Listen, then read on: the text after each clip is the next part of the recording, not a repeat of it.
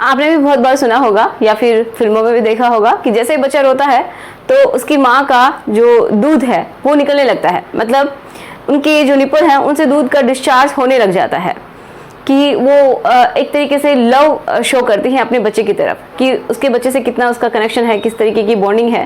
तो ऐसा क्यों होता है, उसके लिए क्या जिम्मेदार है कि जैसे ही बच्चा रोया तो उसको ऐसा फील होता है कि उसको ब्रेस्ट फीडिंग करवानी चाहिए, उसके ब्रेस्ट में ऐसा पेन जैसा फील होता है, टेंडरनेस फील होता है।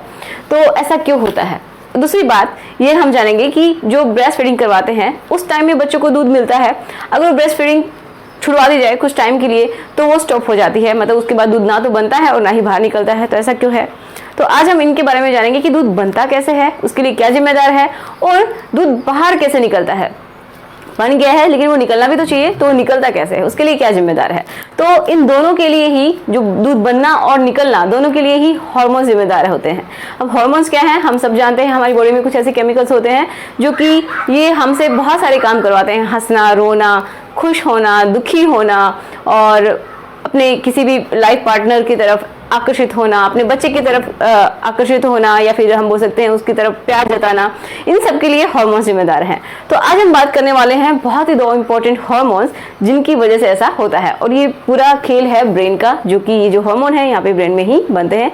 कहाँ पे बनते हैं उसकी हम बात कर लेते हैं। तो चलिए शुरुआत करते हैं आज की वीडियो की। So my name is Ekta and आपका हम सबका YouTube channel study with me. तो चलिए देखते हैं सबसे पहले कि ये जो हार्मोन्स हैं ये क्या काम करते हैं, कौन कौन से हार्मोन होते हैं। तो देखिए, हम पहले इसके स्ट्रक्चर को समझते हैं, तब हमें सब कुछ समझ में आएगा। तो आपको पता है ये एक मैंने ब्रेस्ट बनाई है, ठीक है। तो ये वाला जो एरिया होता है ये डार्क होता है, गहरा होता है, ओके, जिसको हम एरियोला बोलते हैं। एंड ये ग्लैंड होती है एक तरीके से, हम समझे तो क्या है, ये ग्लैंड होती है जिसको हम क्या बोलते हैं, ब्रेस्ट ग्लैंड, ठीक है। अब ये इसका साइज किसके ऊपर डिपेंड करता है, इसका साइज डिपेंड करता है, बहुत सारे इसमें टिश्यूज होते हैं। तो कौन से टिश्यू? फैटी टिश्यूज होते हैं, एडिपोज टिश्यू। तो अगर टिश्यूज ज्यादा हैं तो उनका ब्रेस्ट का साइज ज्यादा हो जाता है, किसी में कम होता है क्योंकि उनमें ये जो फैटी टिश्यूज हैं वो कम होते हैं, ठीक है। तो ये टोटली इसके ऊपर डिपेंड करता है कि किसमें फैटी टिश्यू ज्यादा है, किसी में कम है, तो उसके बेसिस पे ही इसका साइज भी डिपेंड करता है। अब इनमें क्या होता है, देखिए सामने से देखने से कुछ ऐसा दिखता है, लेकिन ये हमने अंदर का बनाया है, बाहर ऐसा कुछ नहीं होता है।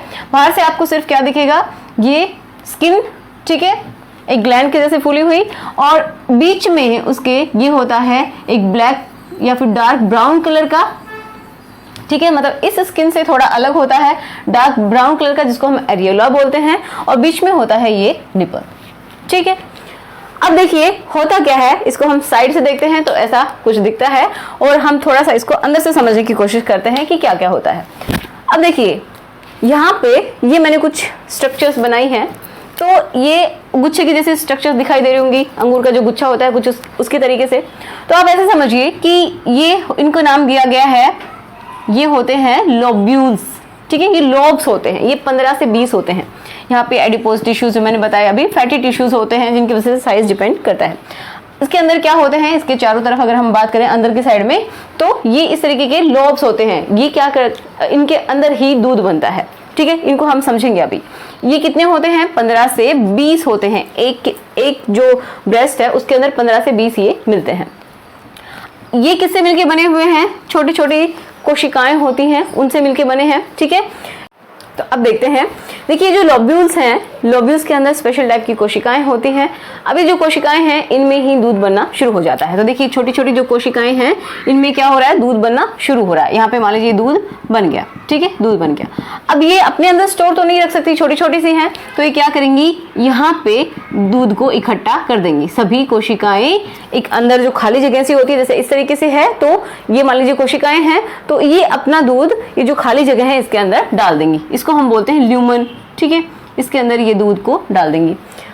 अब इसका जो रास्ता है वो क्या होगा, इस तरीके से अब ये जुड़ी हुई होती हैं पतली पतली ट्यूब्स से, जिनको हम ट्यूब्यूल्स बोले, मेमोरी ट्यूब्यूल्स बोलते हैं। आगे जाके ये भी एक बड़ी सी जगह पे सारे दूध को डाल देंगी। फूली हुई से संरचना है जिसको हम बोल रहे हैं एम्पुला। आगे ये भी ट्यूब्यूल्स होती हैं, ट्यूब्स होती हैं, इनसे थोड़ी मोटी होती हैं ये ट्यूब्स, इनको हम बोलते हैं लेक्टिफेरस डक्ट्स। ये डक्ट्स होती हैं, तो ये डक्ट्स के थ्रू ये किससे जुड़ी हुई हैं, इस निपल से, ठीक है, जिसके थ्रू क्या होता है, दूध बाहर निकाल दिया जाता है। अब ये निकलने की जो प्रक्रिया है ये कैसे होती है, इसको हम थोड़ा सा अच्छे से समझते हैं। अब क्या होता है, जैसे ही कोई माँ अपने बच्चे को दूध पिलाना शुरू करती है, तो जैसे ही वो यहाँ पे टच करता है, ठीक है, यहाँ पे जैसे ही टच करता है, तो मैंने बताया ये जो डार्क एरिया है इसको हमने बोला एरियोला, ये बहुत ही सेंसिटिव होता है, बहुत ज़्यादा सेंसिटिव होता है। अगर बच्चा इसको पकड़ता है या फिर यहाँ पे जस्ट टच करता है तभी ये सेंसिटिव हो जाता है बहुत ज़्यादा और सिकुड़ सा जाता है, ठीक है, और ये बाहर की तरफ अच्छे से आ जाता है निपल। तब क्या होगा, दिमाग के अंदर हमारा जो ब्रेन है वहाँ पे मैसेज पहुँचता है। ब्रेन में एक ग्लैंड होती है, ठीक है, एक ग्लैंड होती है जिसको हम नाम देते हैं क्या, पिट्यूटरी, इसका नाम होता है पिट्यूटरी ग्लैंड। यहाँ पे हार्मोन होता है प्रोलैक्टिन। ये प्रोलैक्टिन क्या करता है, इन सेल्स को बोलता है, एक तरीके से मैसेज भेजता है कि दूध का बनना शुरू हो जाना चाहिए, ठीक है। तो यहाँ पे दूध बनने लगता है और ये क्या करती हैं, यहाँ पे डालती रहती हैं। जब बच्चा यहाँ से सक करने की कोशिश करता है, यहाँ पे टच करता है, तो दूसरा एक और हार्मोन काम करता है। कौन सा हार्मोन, ऑक्सीटोसिन, जो कि क्या काम करता है कि जो दूध बन गया है इसके पास मैसेज आएगा कि जो दूध बना है उसको बाहर निकाला जाए। तो इजेक्शन के लिए, मतलब बाहर निकलने के लिए कौन सा हार्मोन जिम्मेदार है, ऑक्सीटोसिन।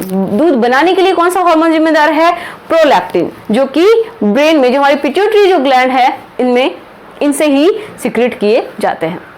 समझ में आ रहा है। तो जो मदर है वो भी एक अटैचमेंट फील करती है अपने बच्चे की तरफ। जैसे ही वो रोता है तो मतलब इसका ये जो एरिया है ये भी सेंसिटिव हो जाता है, उसके ब्रेन में मैसेज जाता है कि बच्चा भूखा है तो उसको दूध मिलना चाहिए। और फिर क्या होता है, दूध का इजेक्शन भी शुरू हो जाता है, ऑक्सीटोसिन हार्मोन निकलने लगता है जिसकी वजह से इजेक्शन शुरू हो जाता है। बनने किसकी वजह से लग जाता है, ये तो काफी लंबा प्रोसेस है जो कि चलता रहता है। प्रोलैक्टिन की वजह से थोड़ा थोड़ा प्रोलैक्टिन हमेशा ही निकलता रहता है जिसकी वजह से दूध बनता रहता है, ठीक है। जैसे बच्चा पीता है तो वो दूध यहाँ से निकलता रहेगा और बनता रहेगा, इस तरीके से ये प्रोसेस चलता है। तो आई होप आज आपको इतना समझ में आया होगा। और जैसे ही प्रोलैक्टिन का लेवल कम हो जाता है, वैसे हमेशा थोड़ा बहुत रहता है लेकिन ये कम हो जाता है बिल्कुल, तो जिसकी वजह से दूध बनना बंद हो जाता है। तो हमने बताया जब ब्रेस्ट फीडिंग खत्म हो जाती है, जब ब्रेस्ट फीडिंग बच्चा नहीं करता है तो उसके बाद दूध नहीं बनता है क्योंकि ये हार्मोन का लेवल गिर जाता है। और ऑक्सीटोसिन बहुत कम मात्रा में तो हमेशा होता है लेकिन इसका भी लेवल कम हो जाता है। तो आई होप आपको समझ में आया होगा। अगर फिर भी कोई डाउट है तो आप मुझे कमेंट कर सकते हैं और अपना डाउट लिख सकते हैं। अगर मुझे लगता है कि आपका डाउट सही है, कोई क्वेश्चन है, तो उसका आंसर मैं जरूर दूंगी। सो मिलते हैं नेक्स्ट वीडियो में। अगर आपके मन में कोई डाउट है तो लिख दीजिए, कोई सजेशन है तो भी जरूर लिख दीजिएगा ताकि हम नेक्स्ट वीडियो में उसको डिस्कस कर सके। किसके ऊपर आपको वीडियो चाहिए तो उसके ऊपर भी आप लिख सकते हैं। So thanks for watching.